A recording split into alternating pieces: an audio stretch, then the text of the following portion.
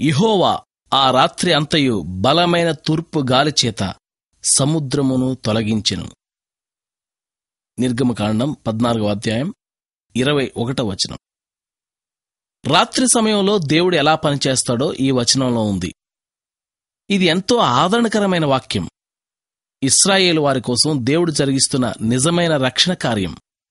వాళ్లు మెలకువగా ఉన్నప్పుడు జరగలేదు, ఆ రాత్రి అంతా ఆ పని జరిగింది.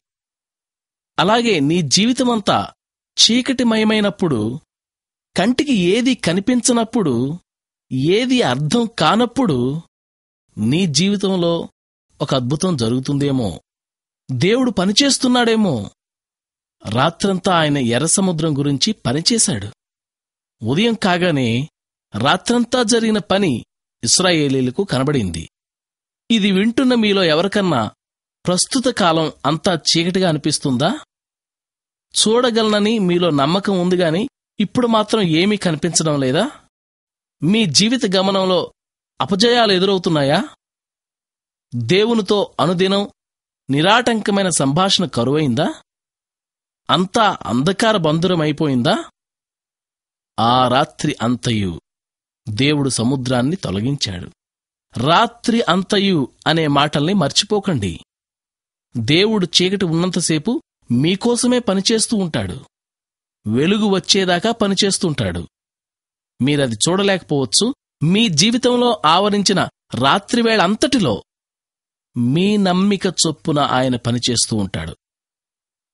పనిచేశాడు ప్రభువు రాత్రంతా, ఎగిసిపడే అలలతో, ఉప్పొంగే పెనుగాలితో, ప్రవహించి పారి ముంచెత్తే వరదతో పనిచేశాడు ప్రభువు రాత్రంతా.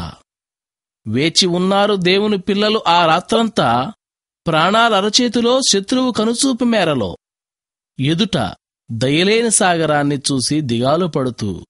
చీకటి కాటుకలా పేరుకుంది ఆ రాత్రంతా, గుండెల్ని కమ్ముకుంది ఆ కటిక చీకటి. దేవుని కృపాకాంతి కూడా ప్రక్కనే నిలిచి ఉంది.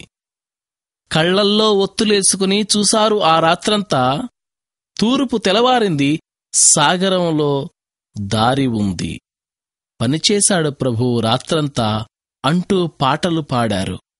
నిర్భాగ్యపు హృదయమా, ఈ రాత్రంతా నిభాయించుకుని ఉండలేవా నిరీక్షణతో?